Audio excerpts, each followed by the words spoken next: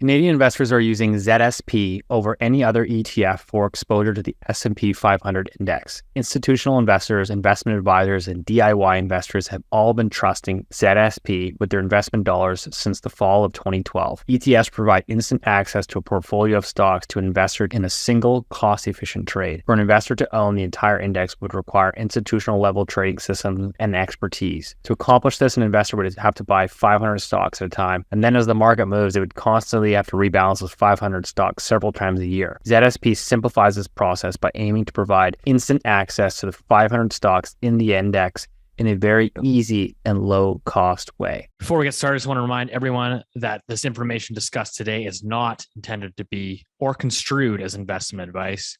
Please consult a professional advisor before putting a loonie in any of these financial markets. The dirty secret is that no one's ever going to get paid back. People have the shortest memories when it comes to investment. We just got to get Keith into Bitcoin. Hey, there's a bubble.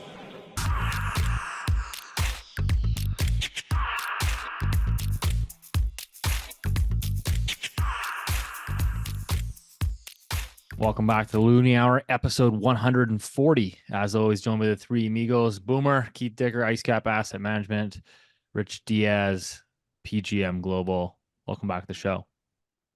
Hey guys, good morning everyone. Boomer. So where are you, Steve? That room looks pretty cool. I'm right above you. I'm stomping on the ground. Alt Hotel, baby. East Village, Calgary, God's country.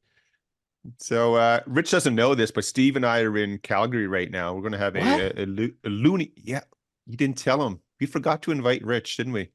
What? Suck on that. No tomahawk for you tonight. Anyway, I just came in for a day. Steve just came in. We have the big rager here in Calgary tonight. It'll be lots of fun.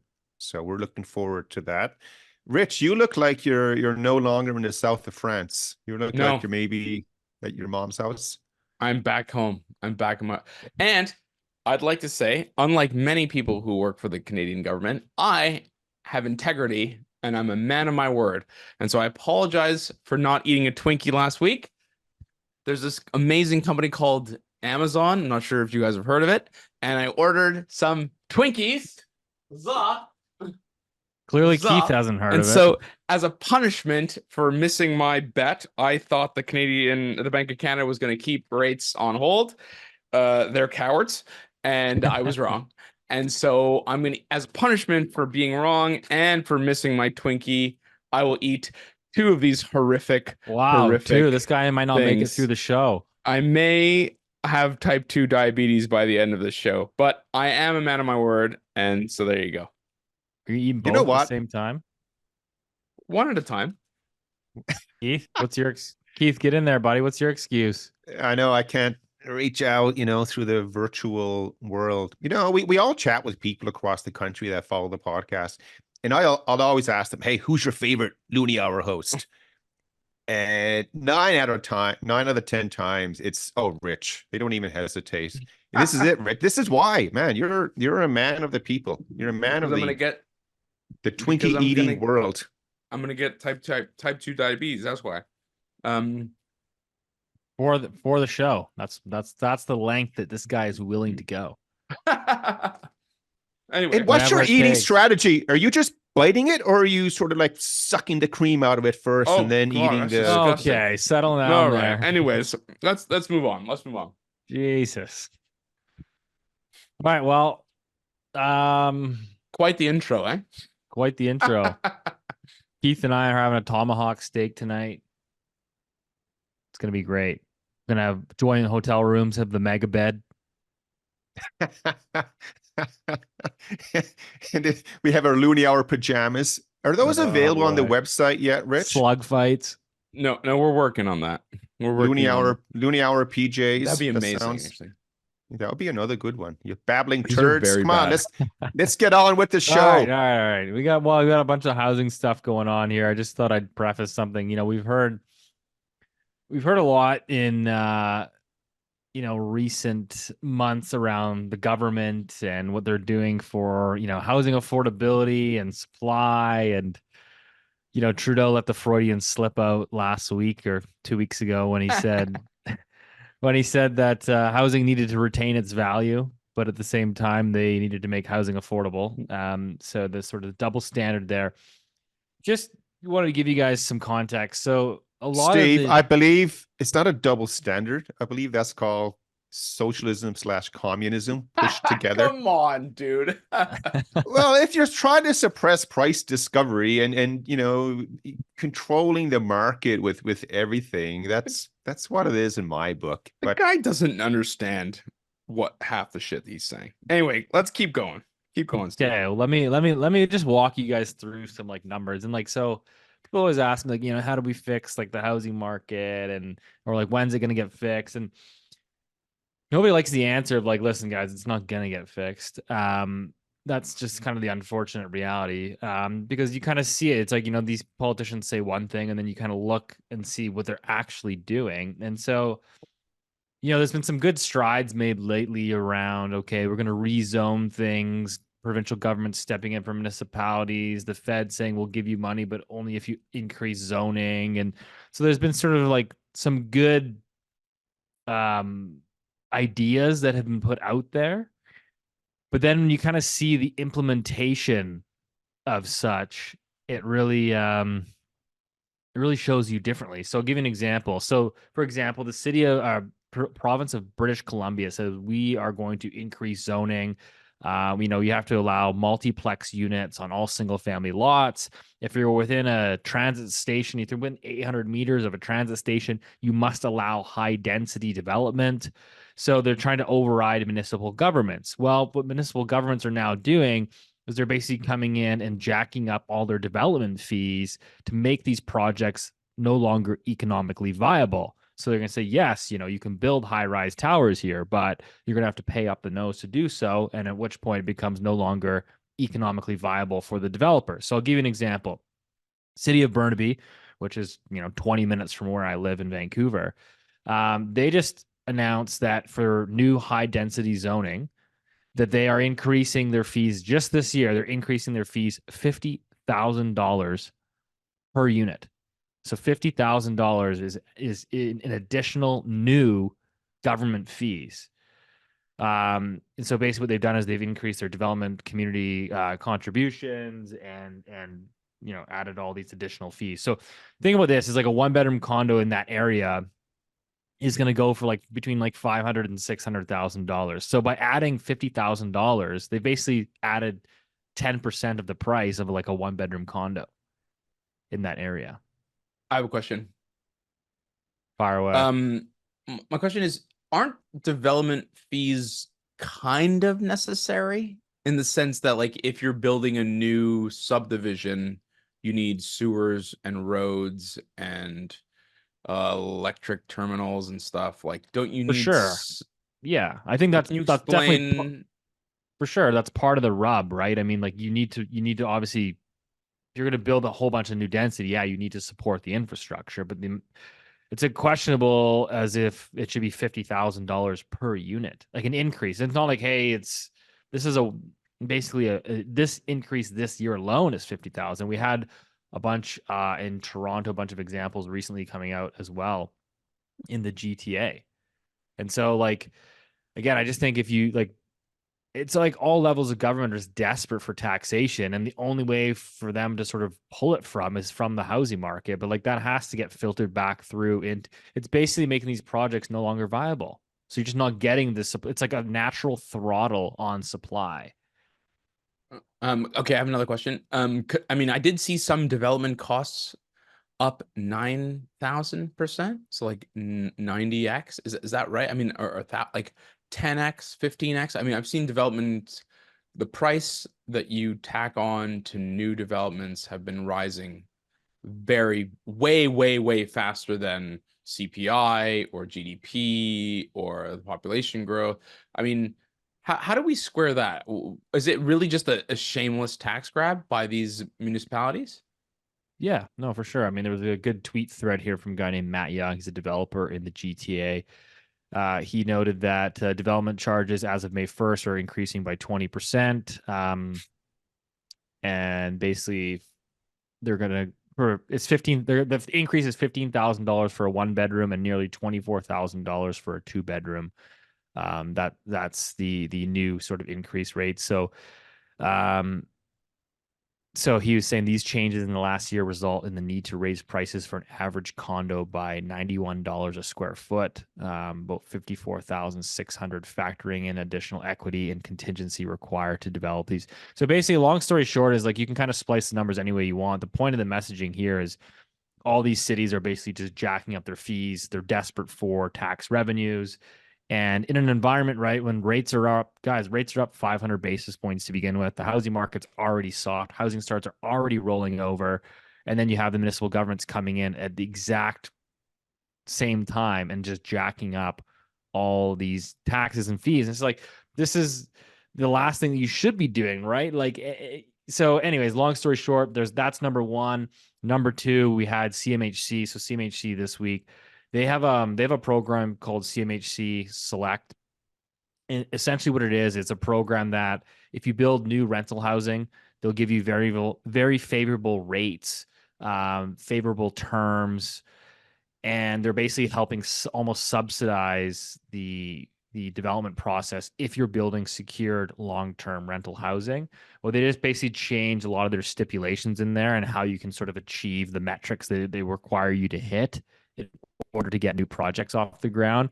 And so they change those metrics, and it's actually going to make it projects in Vancouver and Toronto, where rental housing is needed most. It's going to make those projects no longer viable under that program.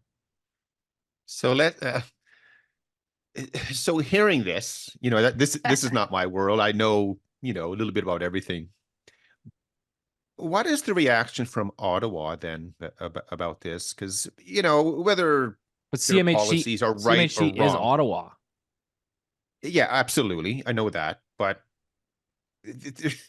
again, like whether that the Fed's housing policy and strategy is correct or incorrect or right or wrong.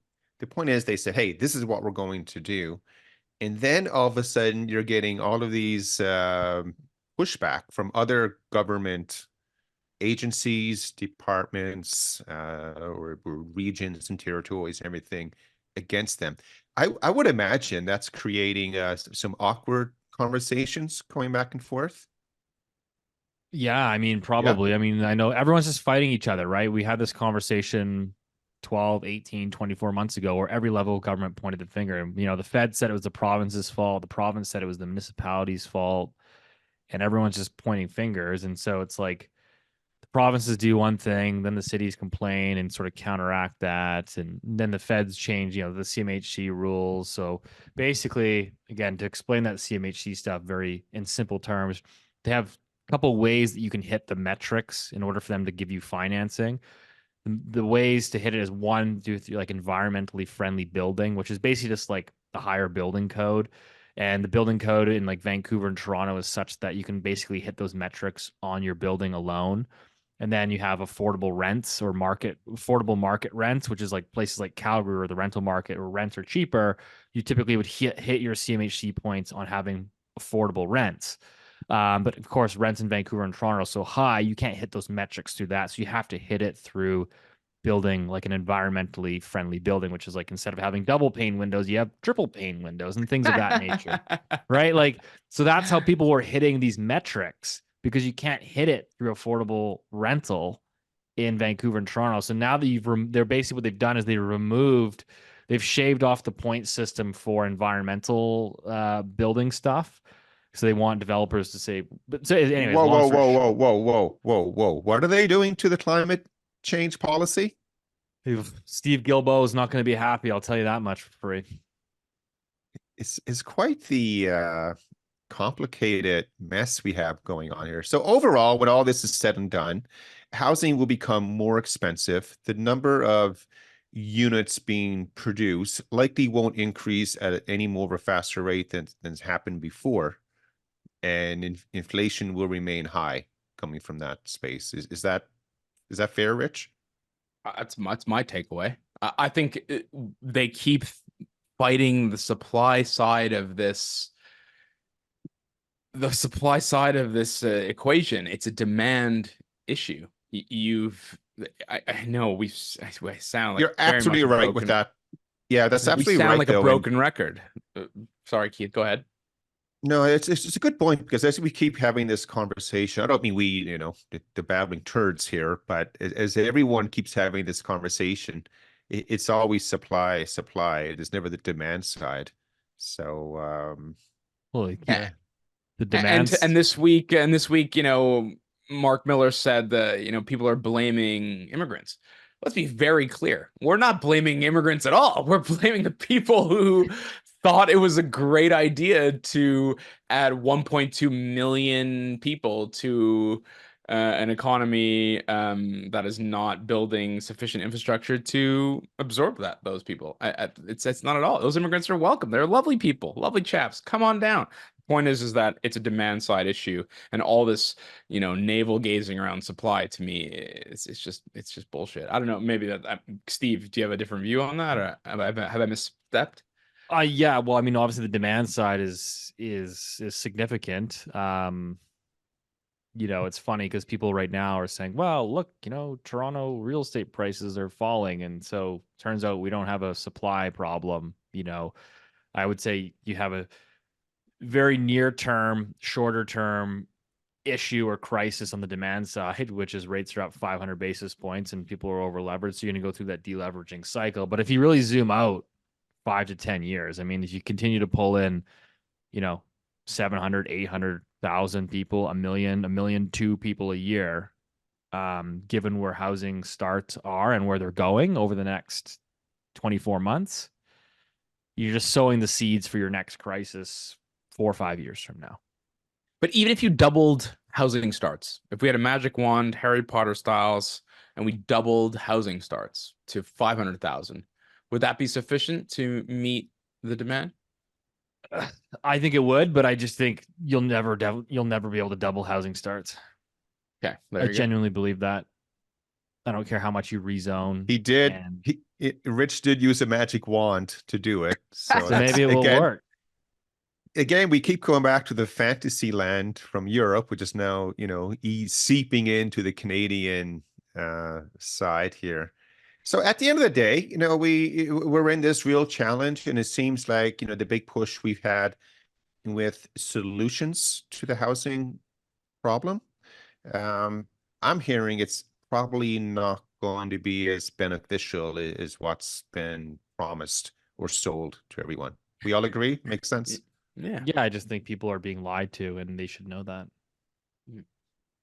So who's lying? Who's doing the lying? Don't say it. We're gonna.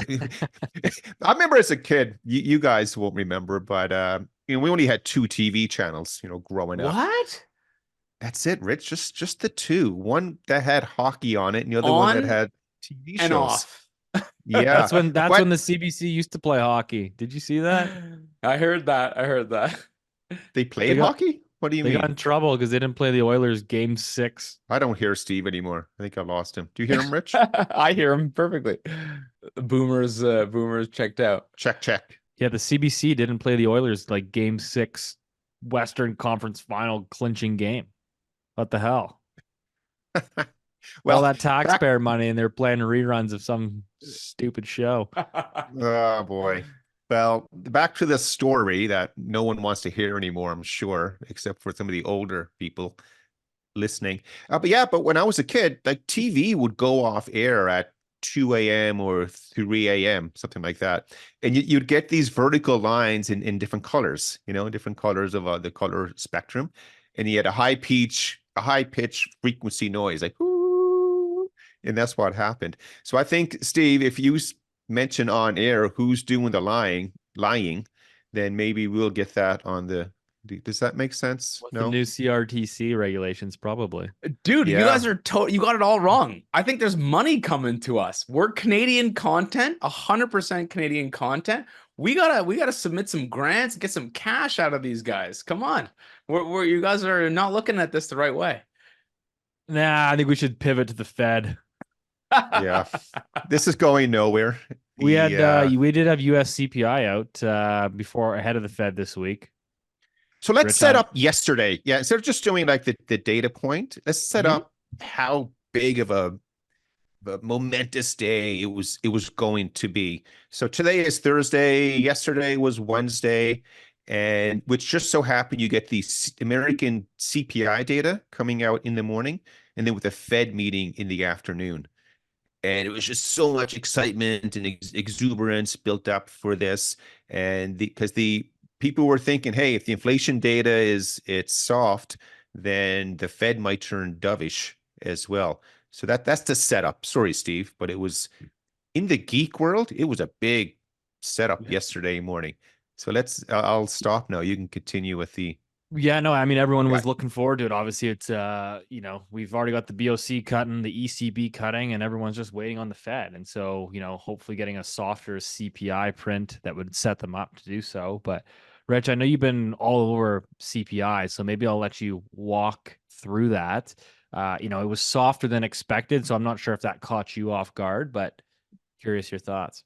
Yeah, I mean, I'm guilty of being sort of an inflation hawk, I guess. I think inflation, maybe I was wrong, I guess. I was expecting a much higher number. So the survey, remember, it's all about expectations versus the actual. So for month on month headline CPI, I was expected 0.1 and it came in at 0. And for core, so excluding food and energy, again, the wisdom of doing such things is to be debated perhaps on a different show, but it was supposed to be 0.3 month on month, and it came in at 0.2. So, if Christy Freeland was the FinMin of the US, she would have tweeted out that she's succeeded in lowering inflation. But the reality is that year on year headline inflation is 3.3%, which is above target. And core is 3.4%. And there was other bits and pieces, which was the real real hourly earnings was 0.8, which is really strong for May. And Keith is going to tell us about the reaction from the Fed. But yeah, I mean, in general, it was sort of like a good quote unquote inflation print, really. Isn't that amazing though, that people like celebrate?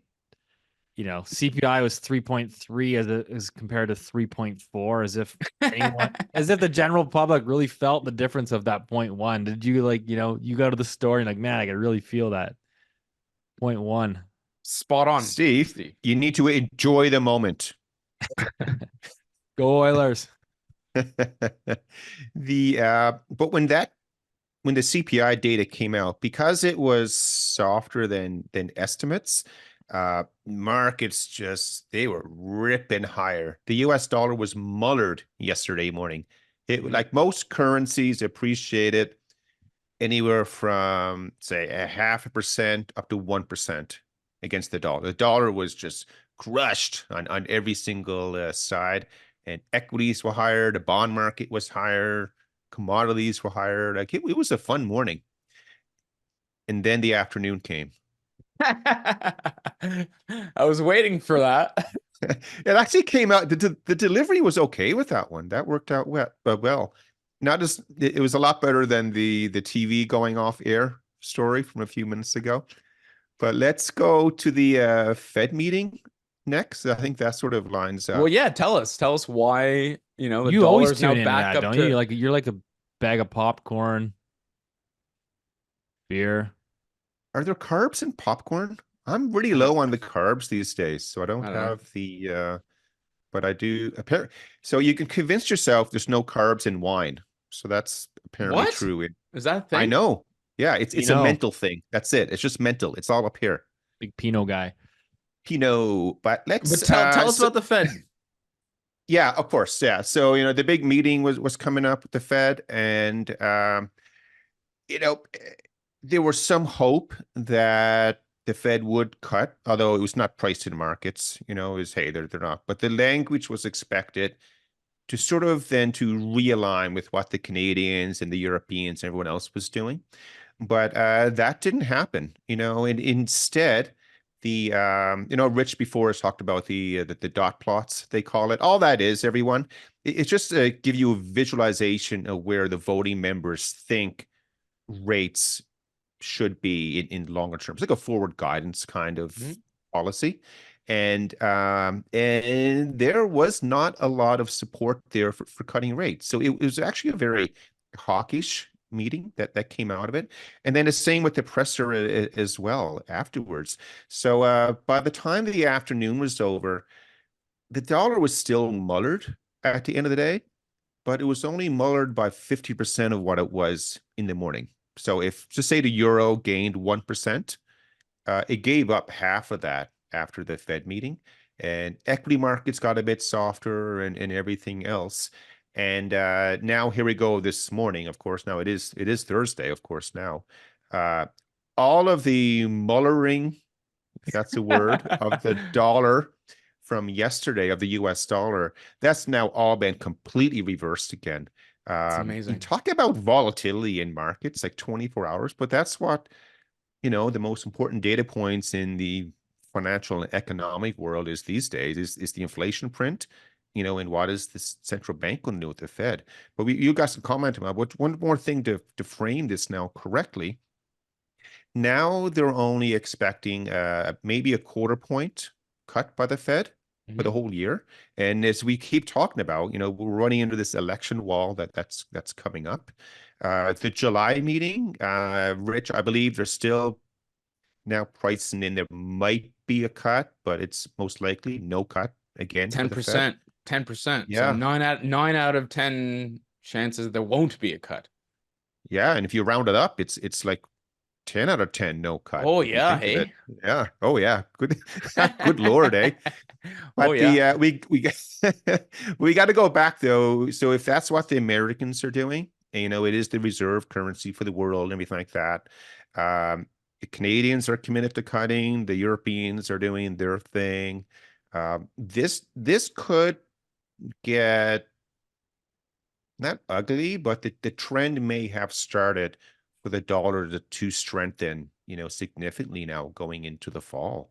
But that's the big takeaway over the last 24 hours. How about you, Rich? What did you see from the Fed side? I mean, same as you. I thought the speech or the comments after were rather hawkish, which is like higher for longer, which is, I know what people don't want to hear. In Canada, people want lower forever. That's also not going to happen. Cut, baby, cut. Just to give some context for people who may not understand, when we talk about the dollar, it's kind of an ephemeral thing.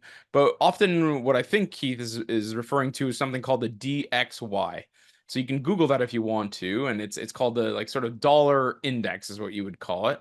The Dixie. It's a Dixie, or it's a spot rate, and it's basically a weighted, kind of a weirdly weighted currency. So currency pair or currency index, and so it's about 60% euro, 13 or 14% Japanese yen, 11% or 12% British pound, 9% dollar, and 4% Swedish krona. I'm not sure exactly how those numbers have been devised or why, but that's sort of when we talk about sort of the dollar going up and down. Usually we refer to the DXY or a Dixie, and you can just Google it and you can find out. The point Keith is making, which is, at 8 o'clock on June 11th, it was 105 and a bit.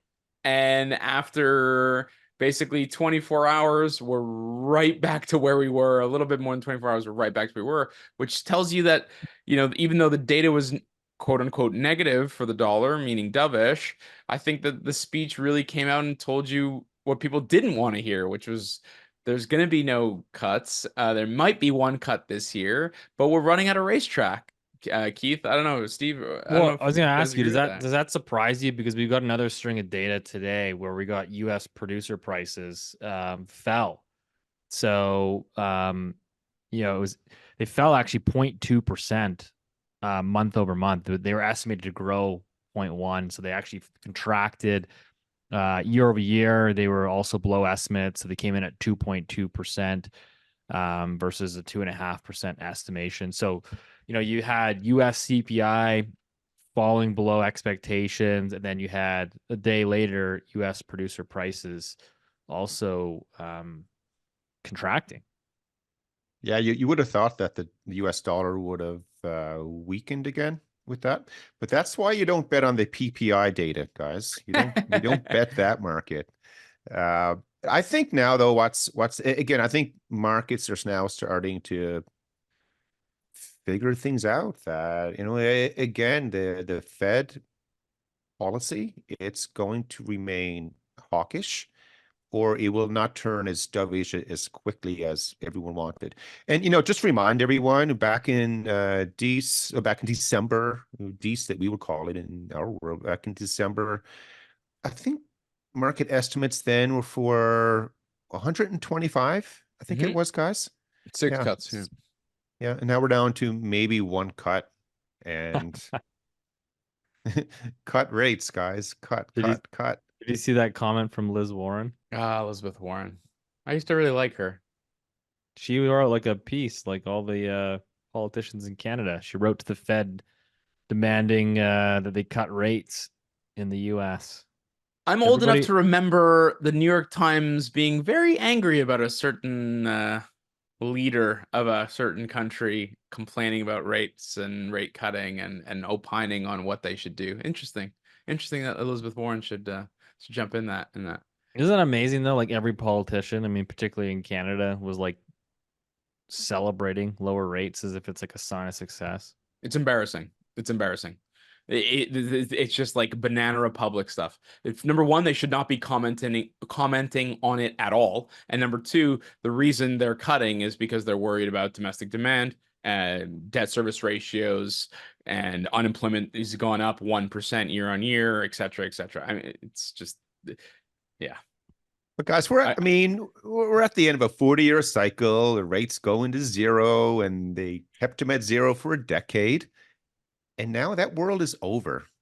Like all the stuff that we experienced and enjoyed and didn't enjoy in the past, that's not going to happen again. It doesn't have to be the exact opposite, but it's going to be different. It's just if you believe in mathematics, which most people do, except for the commies, of course, but things are going to be different. So you need to see things differently, whether it's market-wise or whatever you're doing.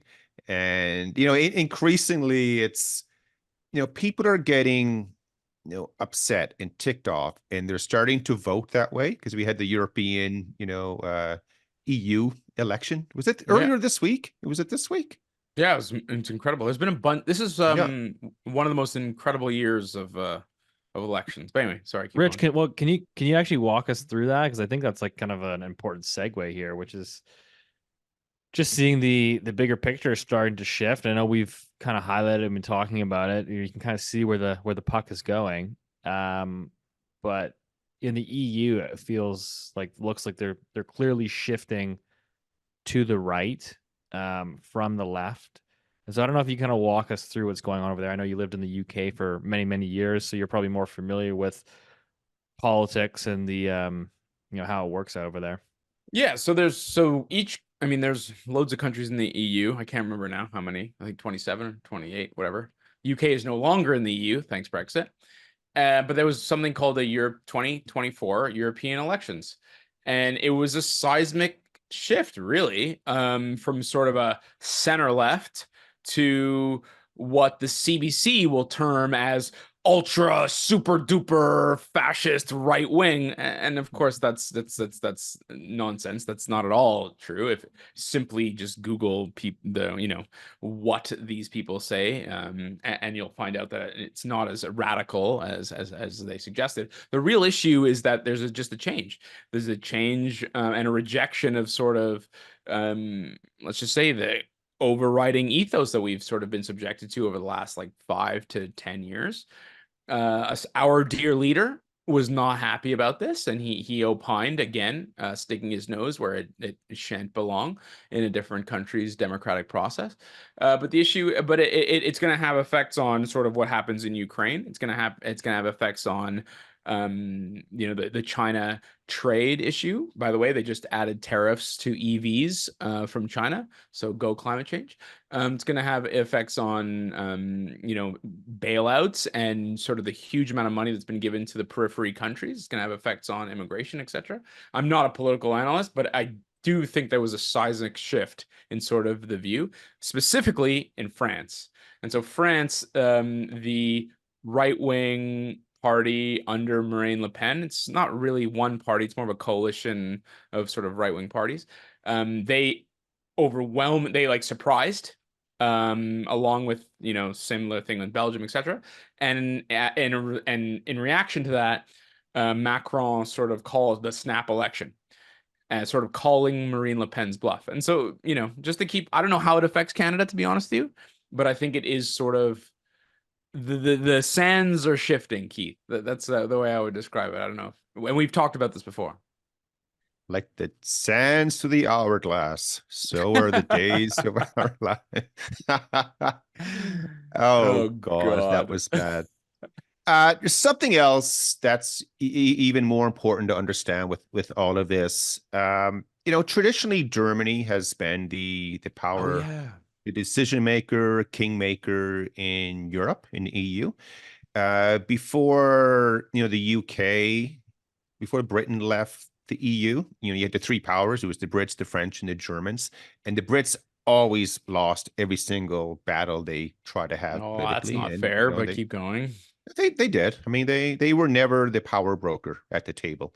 So it's always the Germans or the French. When Angela Merkel, when she retired or stepped away a couple of years ago, I guess now, the French became, the decision maker, the kingmaker, power broker, for the EU. So the reason why, this is my view, why Macron called a snap election immediately, because they had to stop this in its tracks. Because if they don't, and then the appetite for these, the right-leaning political parties, if it gains momentum and then they actually do take over France specifically, I call it the global elite or the globalists. I was chatting with a guy yesterday. He calls it the blob. I think that's a much more better name to see it. But the left-leaning blob of Europe, it's in a precarious position right now. So this isn't just a French problem or a French election. It's not a problem. It's democracy. You can vote. But this is why every other Western left-leaning country in the world is suddenly going to be very involved in this French election coming up. Because if Macron does lose and Le Pen does take control, it's going to completely unravel how the EU, how they will form and shape their policies going forward, for the next term or phase. And the big pendulum that we talk about swinging to the far left and right, it's coming back, but there is a lot at stake. This is not just a French issue. The other thing to, I guess, appreciate, the voter turnout for EU elections is traditionally pretty low. Yeah. So I don't know what it was for this one, Steve or Rich, if you saw it, but it was probably higher than previous ones, but it's nowhere close to what it normally is, for the country-specific elections. And it's my understanding in France, they have 2 rounds for this election coming up now in a few weeks. For the presidential election, there's 2 rounds, yeah. Yeah, so there'll be like multiple parties running, and then at the end of the day, the top 2 will then go into what they call the runoff. And the runoff will be, the left-leaning guys against the right-leaning guys. So Le Pen will be representing the right-leaning. And at that point, every time over the last 20 plus years, that's when the left has been able to rally every other political party together, to vote against, this right-leaning party. So that's what the blueprint is. And that's what Macron is trying to do right away. We live in a cyclical world, so maybe that trend will break. But again, just to share with everyone, this is not just important to the French. The Canadians have a big stake in this, as does NATO, the political establishment in America, you name it. Like, this is going to get a lot of attention. So become a voyeur for French politics over the next few weeks, and it should be interesting, entertaining, thought-provoking, maybe. What are your thoughts, Yeah, I mean, Steve? it feels like there's a lot riding on this, at least for sort of the current establishment, not just around the world and the G7, but, certainly here in Canada, I mean, I think we've seen that rhetoric play out that, if you don't agree with, the current sort of policies, then, you're automatically deemed far right and basically, annexed out of the conversation. Well, I mean, anyone paying attention knows that that's just bullshit, basically. I think it's important to just keep an eye on what these people actually say, what they're actually demanding, and why. I think a lot of the pushback has been centered around two very specific things. One, massive immigration, things that Canada is dealing with. It's It just seems like not everyone's necessarily. dealing with that, though. You look Of around the course, world but and everyone is well, talking about. rich Western countries are dealing with it. I Yes. would imagine not poor necessarily countries. The other thing is the environmental stuff. Taxing people to oblivion while China builds 105 gigawatts of a new coal power. But just quickly to address Keith's point, and I'll pass it right back to you, Steve, which is it was the European elections. You could say this is a bad thing. I think it's a good thing. It saw the highest voter turnout in 30 years. So it's 51% of the 357 million eligible citizens participated in the European elections. So the highest voter turnout in 30 years. And What was just to it remind before? us, Sorry, Rich. What was it in the last cycle? oh, That's really sugar, high. you It's got me. normally like So 30% or so. no. That's not true. In 2019, it was 50.6. In 2014, it was 42.6, which is terrible. 2009, it was 43. And in 2004, it was 46. So the fact that it jumped over the last few years is maybe an indictment on that project, or maybe it's a really good thing. But I just want to remind everybody that this so-called right-leaning pendulum, I push back on you on your point there, Keith. I think it's a fait accompli that the right will win in France. We had Italy, Maloney. We had Wilders in Netherlands. We had a Portuguese right-wing party for the first time in something like 20 years. We had in Sweden, a right-wing party won. Belgium, the left-wing party got absolutely trounced and made the guy cry publicly, which has been embarrassing. But the point remains. You've got There's no Hungary. crying in Rich. There's no crying in politics. Come I on. understand, but nevertheless, so you've got 6 or 7 sensible in inverted commas sensible countries that have sort of had a massive shift in their political direction, and I would submit to you, sir, that it's a fait accompli what's going to happen in France over the next 6 months, but we'll see. I mean, if you look at the polls here in Canada, I mean, they're telling you something as well. Obviously, the federal elections are still a little ways out in the fall of 2025.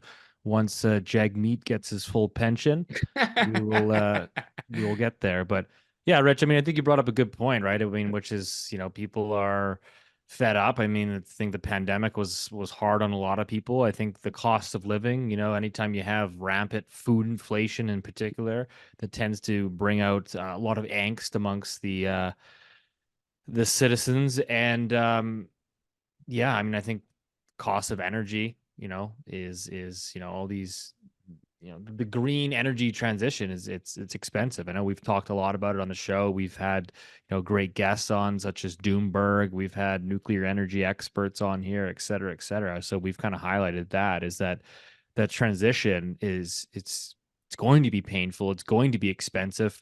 And really, how far are people willing to go? How much are they willing to sacrifice for climate, for the environment? Are they willing to sacrifice their standard of living? And I think we can see in the polls is that maybe they're not willing to go as far as politicians want them to. Well, I know one person who is very interested in the French election, and he's going to do everything in his power to get it to go the direction he wants. That's Klaus Schwab, the World Economic Didn't he Forum, step down? guys. He Yeah, did. in title only. He's putting but his evil let's- son in the queue. Oh my goodness. but again, like I just want to reshape this for everyone. This is not like a local election. This is one of the most important elections for the blob, right? And and I love saying this, and people think I'm weird for saying it, but it's not who votes that counts. It's who counts the votes, is the most important thing here. Again, this French election, it is incredibly important. What is the date? Is it actual June date or July? What is it? I can't remember. It's in July, the first week of July, I think. But there's 2 rounds, as you said before. There's yeah. So we'll see. Yeah. So hey, that's next up, and then we have the American But just election so coming up in people the fall. know, maybe people don't understand. This is 2024 is like an amazing sort of confluence where all the planets aligned, and at something like 3.5 or 4 billion people are voting this year. So I don't know if people are aware of this, and forgive me if you already know, but India voted, the EU voted, the US is voting, Mexico just had a huge election result, left-leaning first woman president.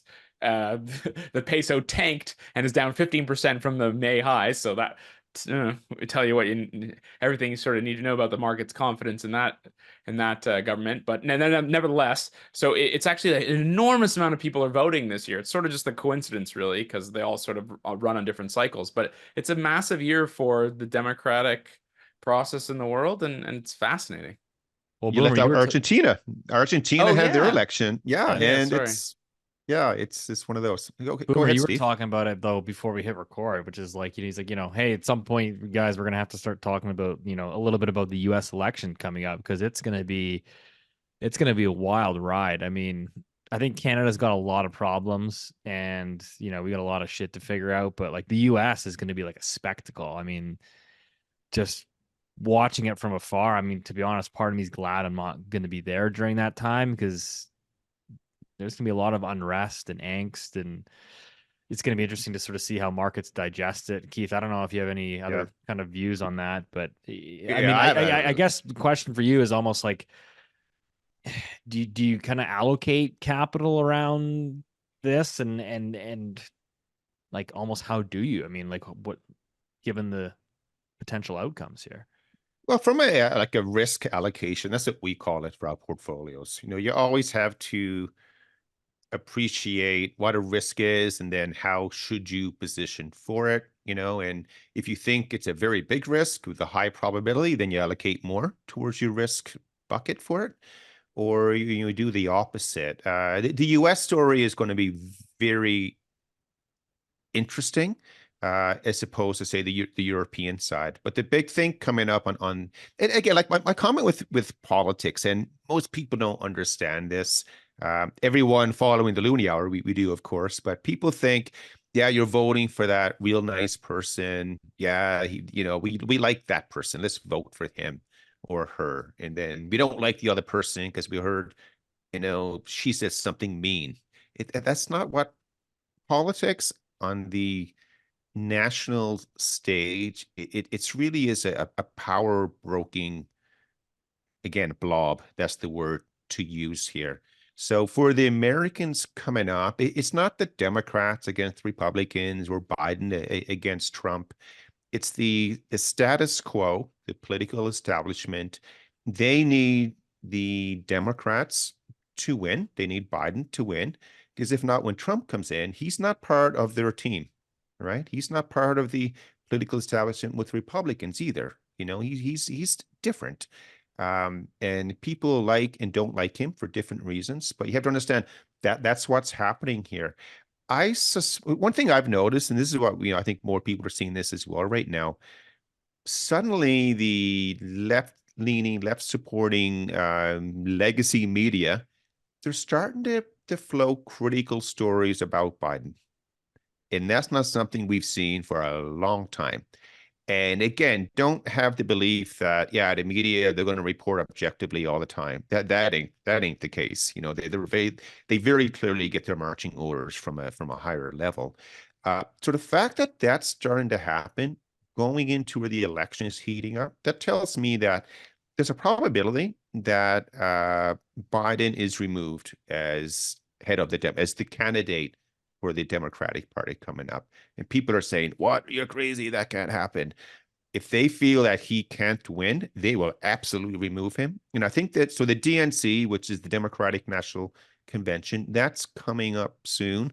Rich, what's the date for the DNC I don't convention? know. You have your computer there. You can look it Oh, up. I can look it up. I can look. Yeah, it's there. That would be the time when they would do this, right? There's lots of theory, maybe they're going to wheel out Hillary again. Um, I Oh, I I believe Obama is August still the power 19th. broker. August August 19th. 19th. I think Obama is still the power broker for the Dems. He has a lot of influence in how it goes. But again, if they feel that Biden won't be able to defeat Trump, and he's getting, mullered in polls, if you believe the numbers or Well, the not. swing states. Yeah, there's seven. I think there's seven key states, and I think Trump is winning in 6 of them handily, and maybe one might be a little bit closer. But with Steve referencing, this sort of earthquake kind of political year, what happens in November, it could be looking very different than what we're seeing here right now, and that will have a huge impact as well. So, go go ahead, ahead. Rich. Sorry. No, you I go was ahead. gonna say, I was gonna just jump in. I push back on that view. I actually just, not to be too cynical or maybe too naive, perhaps, is I actually genuinely don't believe there'll be any change in policy either way.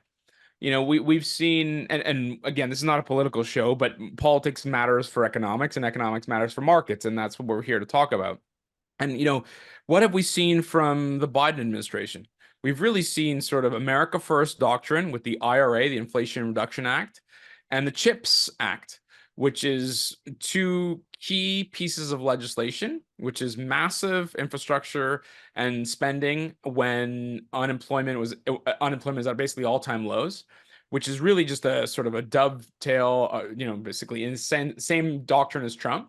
And we see in the CHIPS Act, which was very much a sort of an anti-China, America First legislation to bolster the technological infrastructure and in America and pull it away from Taiwan and other risk areas in the Pacific.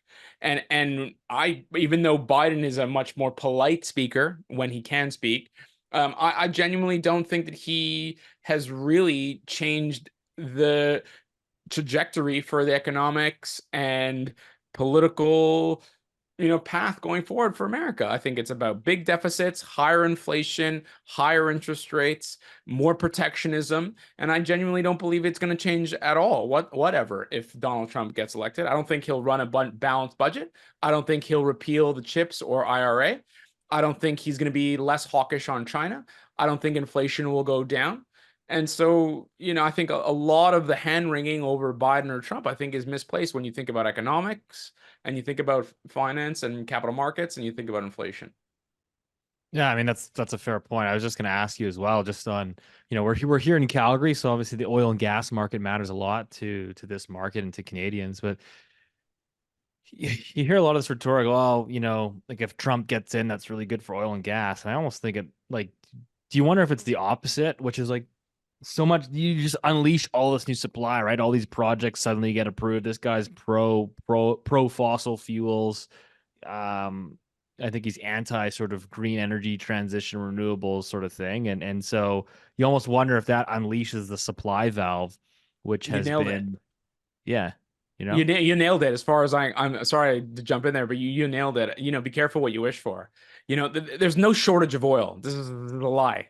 There's 50 years of oil reserves, and we haven't been searching for oil for the last 10 years because of, Keith will say they have told us not to.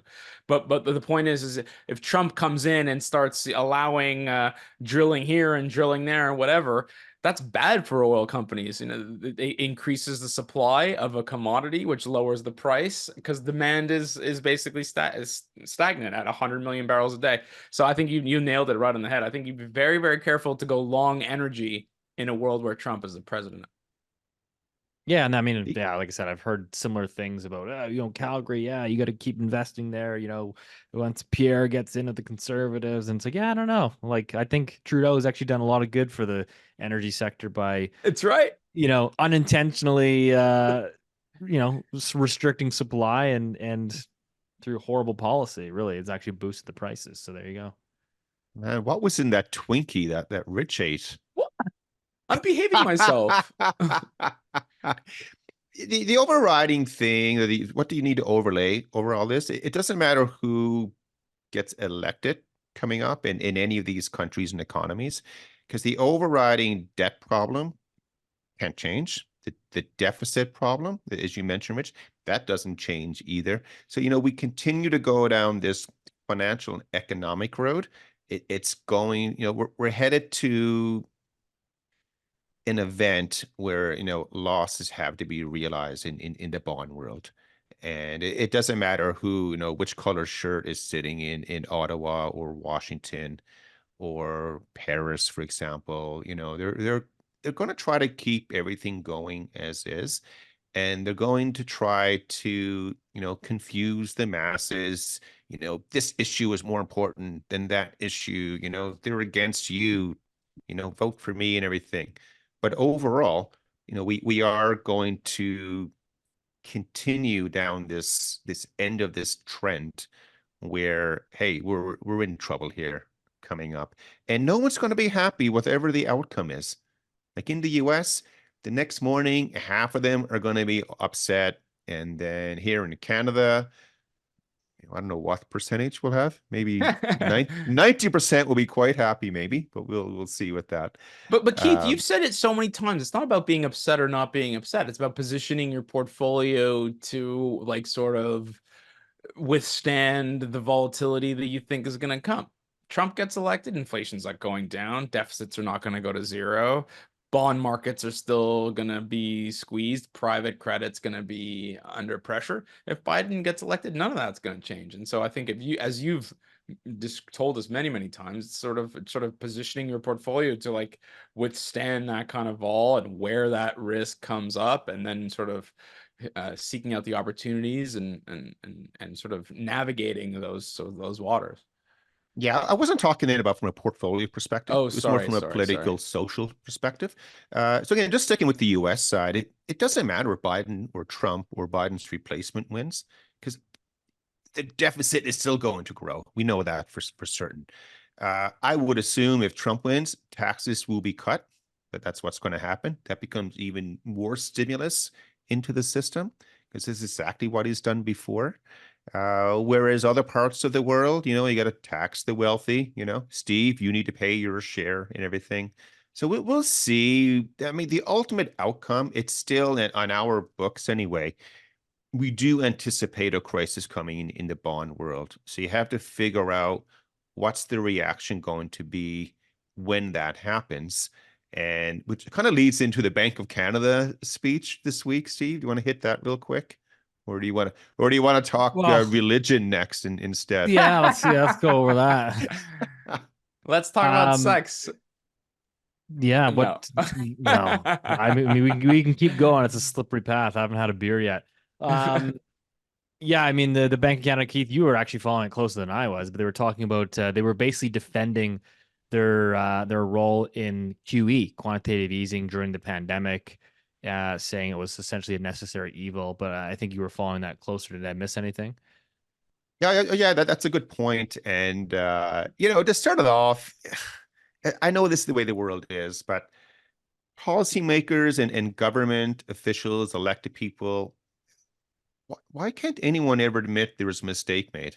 Ever notice that? It's we never made a mistake. What we did was right, and that's it. So that kind of annoys me to no end. I understand why it is that way, but it's okay to feel this way. So with the Bank of Canada, let's just read out here. A senior Bank of Canada official on Thursday provided one of the central bank's most fulsome defenses yet for purchasing a sizable chunk of bonds during the pandemic.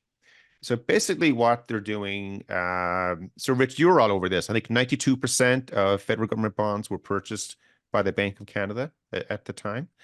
So the Bank of Canada is defending that quantitative easing policy. They said they actually contributed 3% to the Canadian economy by doing that. And then they also defended what they call forward guidance. And so, Steve, that really hit your world the hardest, because remember what did Macroeconomics say back then? How long would rates be lower? Go ahead, Rich. You can say it.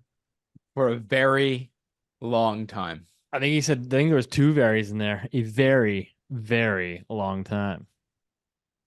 Didn't he also say enjoy the moment as well at that time as well. Anyway, they're washing their hands. They're saying, hey, we did not contribute to the mess we're in today. We definitely didn't contribute to inflation being higher in all this stuff. And we can all have our views whether they did or not. But the QE forward guidance, they're saying, hey, it wasn't our fault. The news coming out of Ottawa, all the enormous deficits. First of all, when you tell people you cannot work and you prevent them from working, so then nothing can be made around the world. You can't make stuff if you're not allowed to go to work, but yet you continue to pay everyone as if they are working. Then what do you think is going to happen to inflation? Everyone's at home buying stuff online. Your supply level is going lower, lower, lower, lower. And then you have the mess we're in today. But no one is apologizing for that either. They're all saying, hey, it's not our fault. So, it's no one's fault. And the people who are paying for it, are people trying to buy a home for their family, people who are deciding, hey, I don't want to work 3 jobs, to try to stay in line with have a normal life enjoyment level and stuff like that. But this was the Bank of Canada's week to come out and defend everything they've been doing. And hey, it is what it is. Well, I think that's a good place to wrap it up. Lots going on in the world, lots of volatility, big elections. Yeah, it's going to be messy. Just Who's like the tonight, next Keith? election? Who's the next election? What country is the next election coming up? Anyone? No? Okay. We like, Bueller. like third Bueller. world No Ethiopia. one knows. Who is It's that? amazing. It's been an incredible year for elections. Just saying. Ethiopia We got swinging no to the hard right. Okay, we're losing our We're energy here. waffling here. Yeah. When's Anyway, the next election? I don't know. I Wow, thought that's a- you guys didn't That's seem like, interested. leave it there. Leave it there. That's a cliffhanger. That's a cliffhanger. for We'll the talk about it audience. next week. Yeah, Tell us about dun, dun, Calgary. dun, dun. We'll release the answer next week. As always, guys, we appreciate the support for those of you that will be attending the Loonie Hour meetup tonight in Calgary. We're looking forward to seeing all of you. And as always, appreciate the support.